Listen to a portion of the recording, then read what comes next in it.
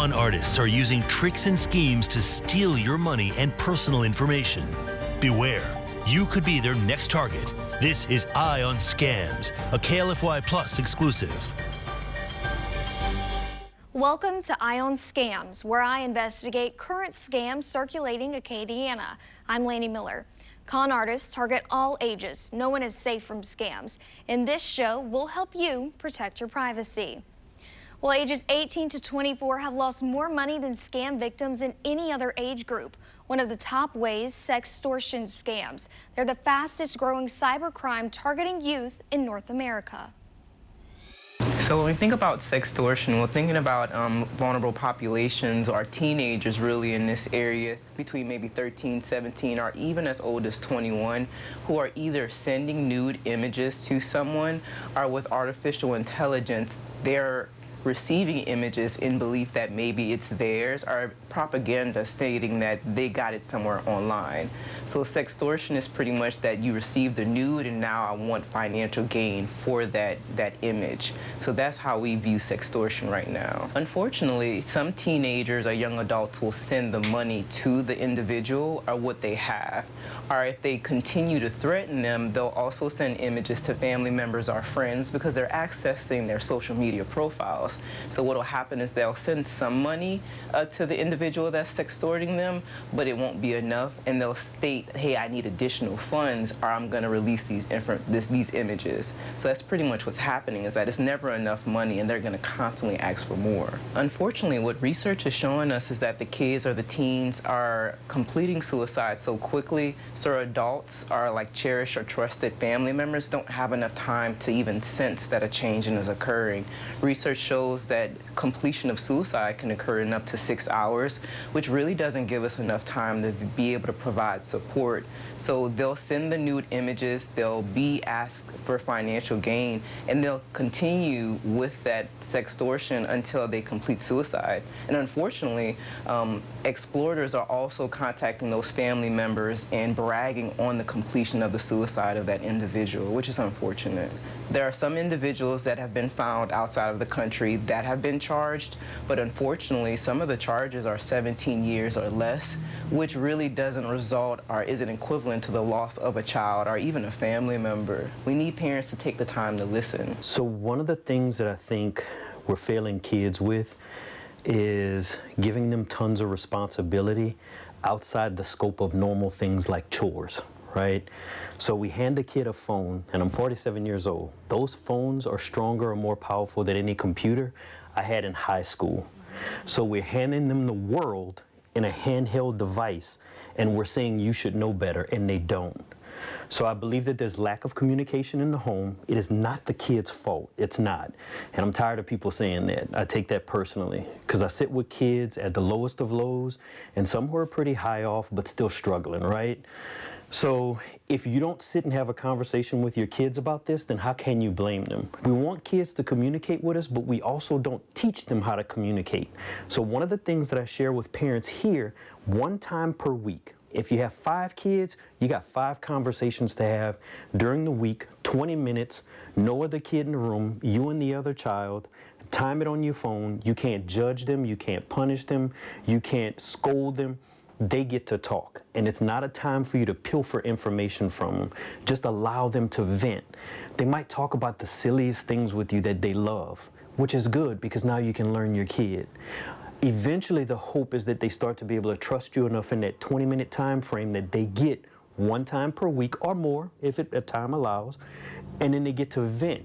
And I think that that's important. If you don't create the space, I'm not coming to you at all. In the cases where these situations involve adults manipulating and taking advantage of vulnerable people, which are children, the children would not get in trouble. It would be the adults that initiated it that would be in trouble. And if you do feel like you're in trouble, you're more than welcome to call Tree of Life and call me, and I will stand with you and we'll figure it out. It's extremely serious in that, like, it does make them feel like they're hopeless, like they're trapped, and if they don't feel like they have someone that they can go to, or they don't want to be a burden to somebody else, it becomes very dangerous at that that point. And the last thing the science shows, unfortunately, is if they don't have a fear of death at that point, the risk is extremely high, yes.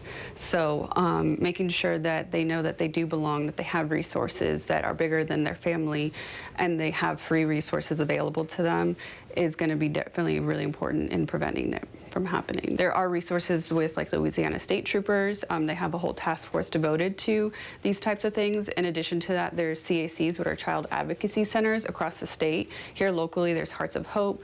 They have therapists there, and they can offer even the victims and family members therapeutic services, and a forensic interviewer. So they make it really safe and accessible, and that's completely free of charge to the victims and their family members. Joining me now is Courtney Henderson, Regional Care Coordinator with Hearts of Hope. Thank you so much for being here. Thank you for having me. So maybe there are victims watching us right now. What do you guys offer them at Hearts of Hope? So we offer a wide range of services. When it comes to helping that youth report, we can always help that youth report, whether it's law enforcement or whatever agency they may need assistance with. We can also provide trauma-focused therapy. And we can just kind of meet with that youth. If anything goes to court, we can provide court prep and court accompaniment for that youth if at any point they need it, as well as an advocate to kind of be a support for that youth if they're going through anything. Mm-hmm. So sometimes these images are completely fake and they're made through AI, and sometimes the images are real, unfortunately. So what can even be reported? Do you guys help both instances? Yes, so we do help both instances. I know there is an organization called ICAC, Internet Crimes Against Children. They are also a resource out there across the state of Louisiana that can assist with things of that nature. So if it's a AI-generated image of that youth with their face and their body is maybe somebody else's body, then we can definitely assist with making that, helping with that report and getting them with the resources or the organization that needs to make sure that it gets investigated, or whether it's a real live image of that youth, we can always provide support in that way as well. So I would assume those who actually take the photos of themselves may be a little more hesitant to report. Is that true, or are both scenarios they're a little scared to report this? So both scenarios, a lot of youth don't understand, and they are sometimes told that they will get in trouble at some point for those images or for talking to individuals that they may not know on the other end of that social media or gaming system. So a lot of them they don't say anything and they kind of suffer in silence, when really and truly we always remind them, look, you're a child, and sometimes the person on the other end of that account is an adult, and they are preying on you as a child. So at that point, it's kind of reminding them, hey, you're not in trouble. We're not here to get you in trouble. We're here to help you and make sure that this does not happen to someone else out there. And they are victims, right? They're not able to be punished at all for this. Is this correct? That is correct. So they are victims. We look at them and treat them as a victim. We do know and we do realize that youth, they make mistakes, and sometimes their judgment may be clouded by something that someone else may have told them or persuaded them to do. So we will always treat them as victims, and we'll always go over that and fight with them till the end of everything. So a lot of times they think they're sending images, the ones who do actually send these images, they think they're sending it to someone that they know. It ends up being a stranger, and so there really is a lot of guilt with that. So what would you tell maybe one of those victims watching right now? So always remember that as a youth, like I stated, we make mistakes. It's just making sure that you have that support and that individual that is there to help you and guide you through that whole process. Sometimes it can get rough. Sometimes you'll kind of be down on yourself. But remember that speaking up is one of the biggest things and most important things, because if you're helping yourself, you may be helping somebody else as well. And so another way they can get help is maybe their parents. Are there any red flags that parents should be on the lookout for when it comes to this? So we always tell parents to kind of monitor their kids' social media accounts. I know that there are multiple social media accounts that kids utilize nowadays. As a caregiver, just kind of watching what the youth is doing on whether it's a gaming system or a social media account. If they are gaming or talking to these individuals, and these individuals are requesting that the youth move their conversation to a private platform, kind of look out for those things. If you notice that maybe that child is kind of being changing in some type of way, or kind of reversing back to, hey, I want to be in my room all the time. I don't want to communicate with you. Just kind of reminding them and having those conversations with them, and letting their children or the youth in their household know, hey, this is something that's real. We need to have these conversations, and just kind of being vigilant and making sure that their kids aren't accepting complete strangers on too many social media accounts. Right, so let's say worst case scenario happens and they do fall for this. Once they do report it to y'all, whether the pictures were real or AI, what happens next? So when a report is made through law enforcement, in most cases, law enforcement will send our Children's Advocacy Center a request intake to complete something called a forensic interview. At that forensic interview, we'll find out all the details about how that youth met that individual, what conversations were like, what platform did they meet each other on, as much information as we can get from that youth and as much information as they remember. And then law enforcement can kind of do their investigation on their end. They can find out details from different platforms that the youth may be utilizing, as well as, is this individual, we know this individual, where are they located? How can we get as much information about this potential perpetrator as we can? And then they can decide, okay, yes, we can make an arrest in that investigation, or we may need to call in another agency for some assistance, just depending on the dynamics of that case. From there, our office, Hearts of Hope, will definitely kind of meet with the caregiver to let them know what services they have out there to be able to provide to that youth and their family, as well as court prep and, like I said, court accompaniment. And if they do need some type of therapy services to kind of get past those hurdles through that investigation, we can definitely do that as well. So that is a lot of aid. Are y'all free? Like, how can people get access to this? So our services at Hearts of Hope are free. Just making that law enforcement report and requesting a forensic interview if their child is or their youth is actually being a victim of any type of online crime. And are y'all seeing this a lot in Acadiana or Lafayette alone? So yes, so we do service, our Children's Advocacy Center does service all 8 parishes of Acadiana, and we are noticing that a lot of online things and sextortion is kind of happening with a lot of youth, and it's just kind of educating them and letting them know that these things are going on. So in previous interviews I've done, they've seen this go far beyond just extorting money out of these teenagers. It can often end in suicide and like severe mental illnesses happening from this. Is that something you guys have seen or helped people work through? We do definitely help youth work through their trauma in any way that we can. Sometimes we do have to refer those youth for sometimes long-term services, just because they may need something that maybe maybe a year, maybe 2 years, just depending on how long they have been communicating with that individual, how many things or how many images or videos that individual may have persuaded that youth to send. So it does kind of depend on where that youth is, how far that has gone. But we have heard of cases where youth are committing suicide because they don't have an outlet or they're too afraid to speak up. Right, and so it's really important for people to know the services you guys provide and how y'all can help them. And so beyond just reporting to law enforcement, maybe that arrest can't be made, because a lot of times the people who, you know, do this to these teenagers, they're on the other side of the world. Yes. They've done this a million times. And so what's some like last minute encouragement to get people who may be thinking about that final decision to come to y'all, even if they're kind of lost hope on getting an arrest in their case? Yeah, so definitely do not think that that is your last resort. You are worth a whole lot more. There are tons of services out there. You have a huge support. We believe everyone that walks through our doors. So always remember that there is somebody standing by your side. Awesome. And so one last time, how can people get y'all services and get in contact with y'all? So they can definitely call the Hearts of Hope office and ask to speak with anyone in the Children's Advocacy Center.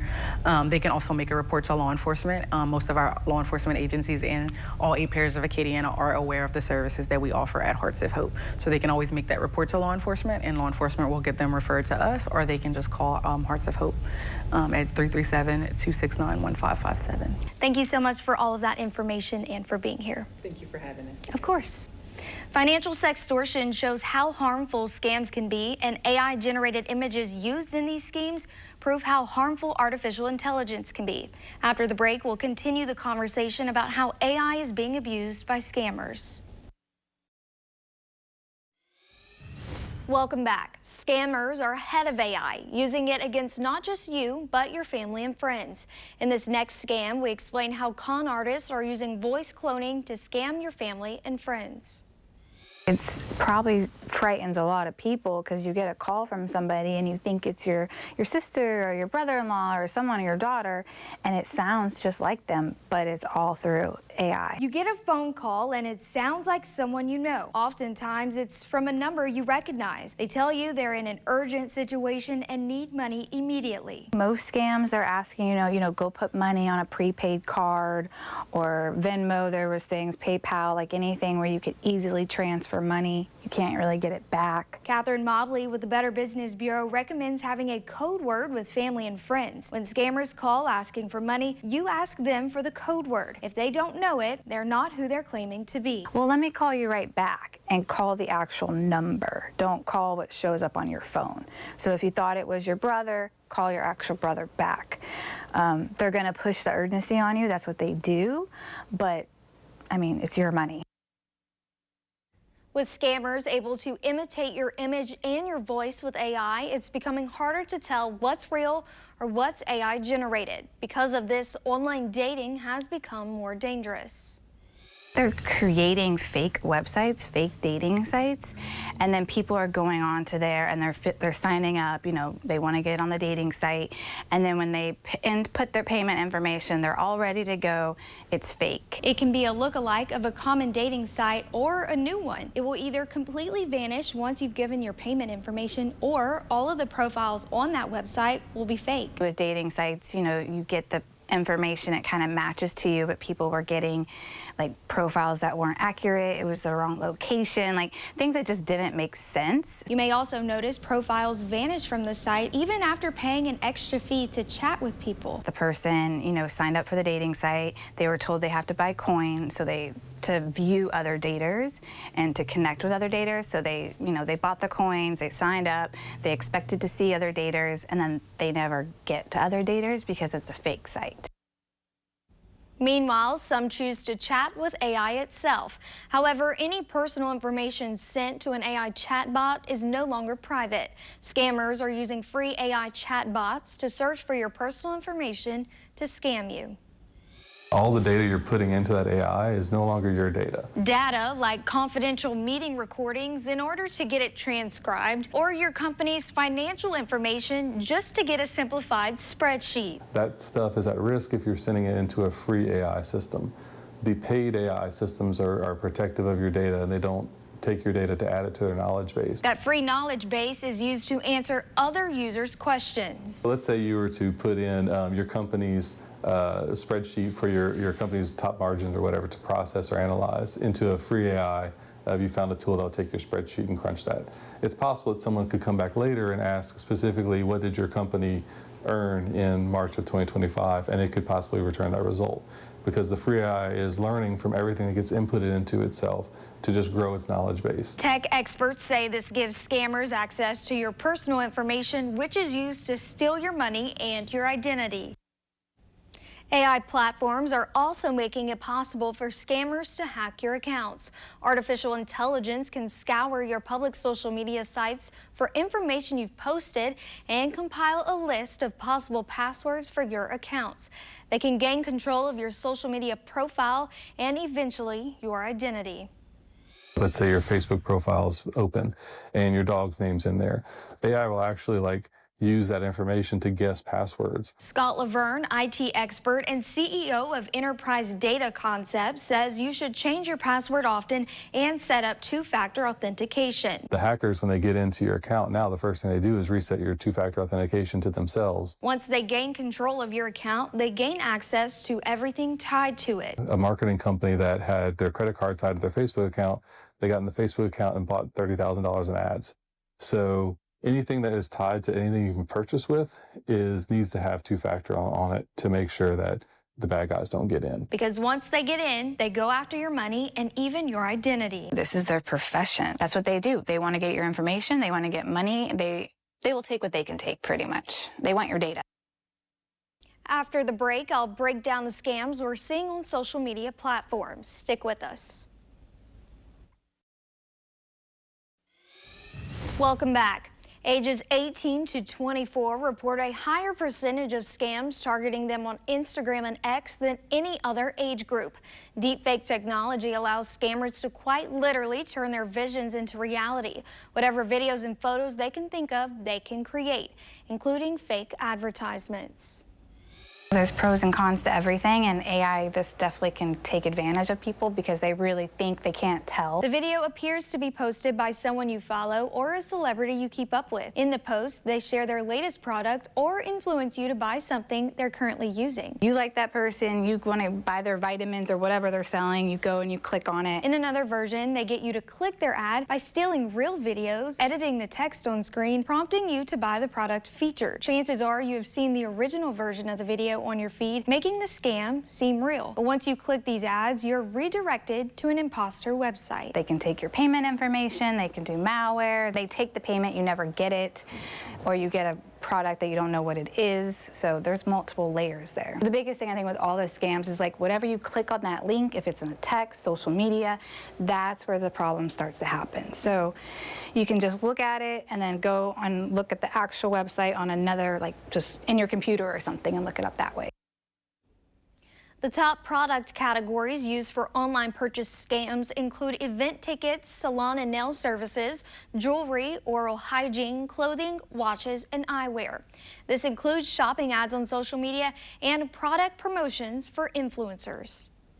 It could be an email, it could be an ad, it could be a message, but it's offering you money, maybe about something you care about. In this email I received, the scammer claimed to be a brand I follow and use. They offered me over $1,000 to promote their product on my social media accounts, an idea that actually doesn't appear to be a red flag in the age of social media influencers. They can actually make revenue off of being an influencer. Getting paid per view or from brand deals, but a scammer will ask you to pay them, just like this scammer asked me to pay for shipping even though the clothing would be free. If they are asking you for money or a way to pay to get involved, then that's where I would pause. That's definitely a scam. Other versions of this scam include links meant to infect your device and steal your information. The Better Business Bureau warns younger social media users to be alert when responding to requests for collaborations. Check the website's legit. Check the email's legit. It may really look cool, but before you do anything, go check it.